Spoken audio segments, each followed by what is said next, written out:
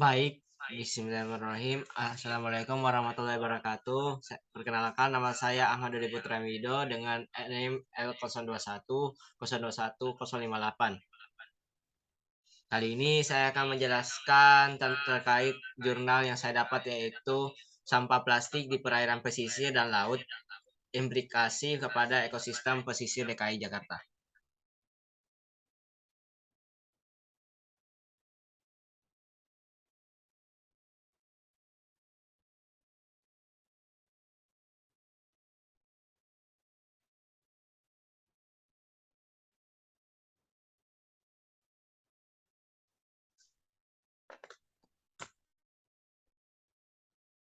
Oke, masuk di latar belakang, sampah plastik merupakan ancaman bagi keberlanjutan sumber daya alam hayati saat ini.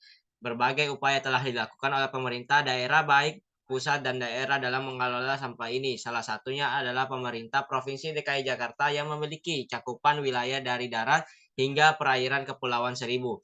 Sampah plastik dapat berimplikasi terhadap ekosistem di pesisir DKI Jakarta. Salah satunya adalah menutup tunas-tunas mangrove saat air surut.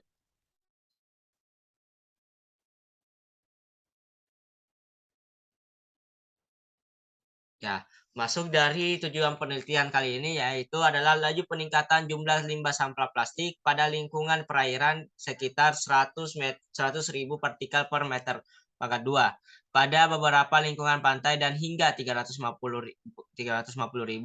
macam limbah plastik per kilometer pangkat 2 ditemukan di perairan laut di dunia. Saat ini plastik menjadi partikel berukuran mikro dan nano, memiliki potensi ancaman tambahan pada biota yang hidup di perairan bebas.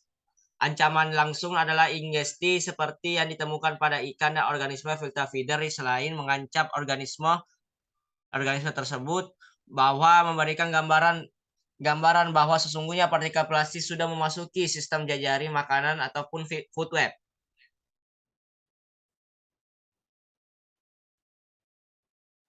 Nah, adapun bahan metode artikel ini merupakan konseptual ide hasil pemikiran di dasar kepada pengamatan di lapangan sepanjang kurun waktu 2016 sampai 2019.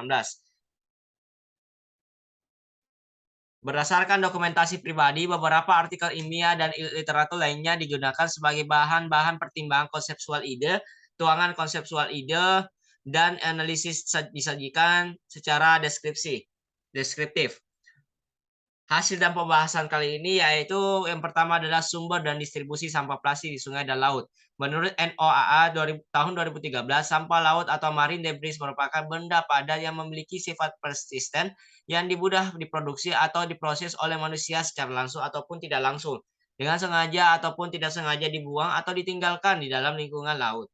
Sampah laut terdiri dari berbagai jenis plastik, kain, busa, styrofoam, kaca, keramik, logam, kertas, karet, dan juga kayu. Beberapa ukuran yang digunakan untuk mengklasifikasi marine debris yaitu mega debris, makro debris, mesodebris, dan mikro debris.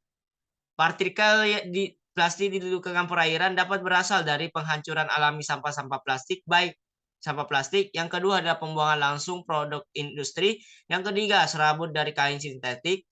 Keempat adalah ban kendaraan mobil dan motor aus, serta peluruhan bahan-bahan digunakan dalam produk-produk pembersih ataupun kosmetik. Nah, di sini kita akan menyikapi hasil riset sampah di Indonesia. Bukan, salah saya lanjut. Ya, di sini saya akan menjelaskan adalah implikasi sampah plastik pada perairan dan ekosistem di DKI Jakarta.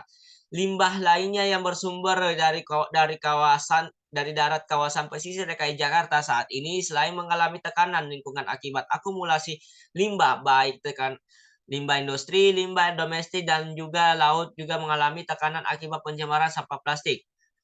Pada ekosistem mangrove di pantai Indah Kapuk tercatat plastik tipe makrodebris dominan sekitar 77,7% dari total makrodebris adalah plastik, diikuti oleh styrofoam dan ketebalan makrodebris mencapai 180 meter.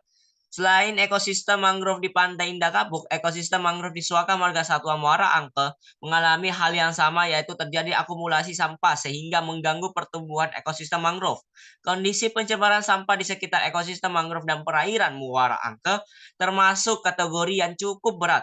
Terdapat jenis sampah yang cukup berat, terutama sampah-sampah yang tidak bisa terurai, seperti plastik, styrofoam, sandal karet, ataupun kaca-kaca dan juga kaleng yang telah mendominasi kawasan ekosistem mangrove dan perairan di Muara Angke. Adapun gambar-gambar yang saya dapat di sini, kita bisa lihat.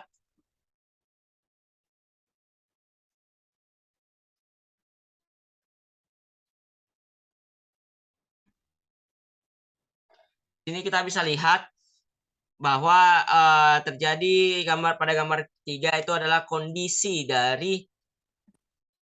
sampah pada perairan ekosistem mangrove di pesisir DKI Jakarta. Nah, di sini kita akan bisa lihat adalah kondisi sampah pada perairan Pulau Pramuka dan dokumentasi di lapangan pada tahun 2018. Nah, di sini kita bisa lihat selain berdampak pada ekosistem mangrove, pencemaran sampah laut ini juga berdampak pada ekosistem terumbu karang di Pulau Pramuka dan sekitarnya. Jenis sampah laut yang paling banyak ditemukan adalah sampah plastik yang di kedalaman 3 meter di Pulau Pramuka dan Pulau Panggang. Nah, di sini pada gambar 5, kondisi sampah di hutan mangrove di Suaka Marga Satwa Muara Angke yang menutupi permukaan perairan yang diambil pada tahun 2016.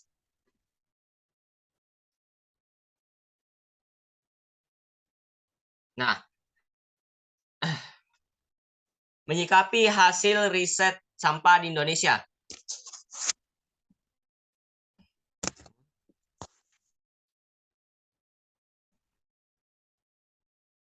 Nah, menurut penelitian University of Georgia, faktor pemicu tingginya pencemaran plastik di laut Indonesia tidak terkelola baik di daratan yang masih mencapai sekitar 83%, tapi data ini masih harus diverifikasi karena sampai saat ini di Indonesia belum mempunyai data tentang hal tersebut. Upaya meningkatkan pengelola sampah terintegrasi dari hulu sampai ke hilir diperlukan untuk mengatasi permasalahan ini. Permasalahan sampah yang menjadi upaya tantangan bagi Indonesia dengan upaya meningkatkan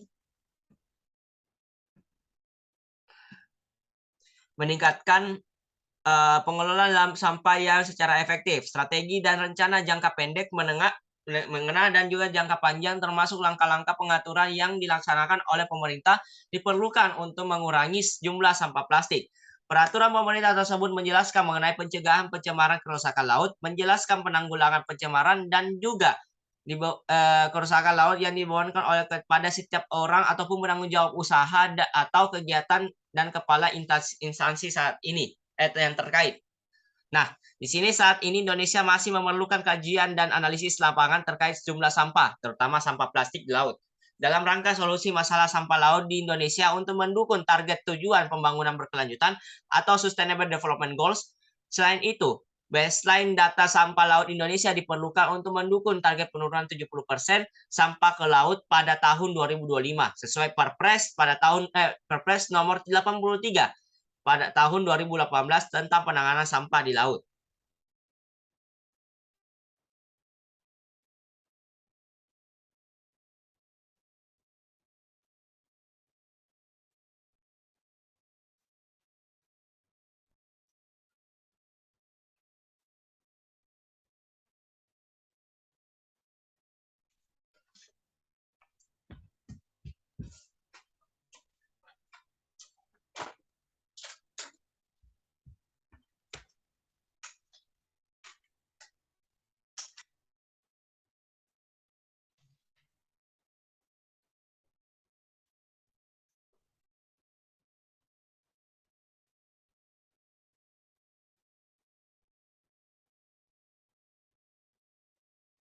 Nah, di sini kita akan menjelaskan kesimpulan yang dapat saya ambil, yaitu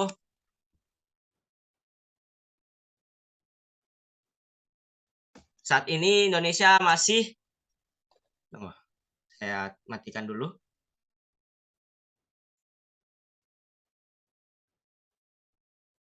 Nah, saat ini Indonesia masih memerlukan kajian dan analisis lapangan terkait jumlah sampah, terutama sampah plastik di laut, dalam rangka solusi masalah sampah laut Indonesia untuk mendukung target tujuan pembangunan berkelanjutan atau TPB ataupun Sustainable Development Goals pada tahun 2030.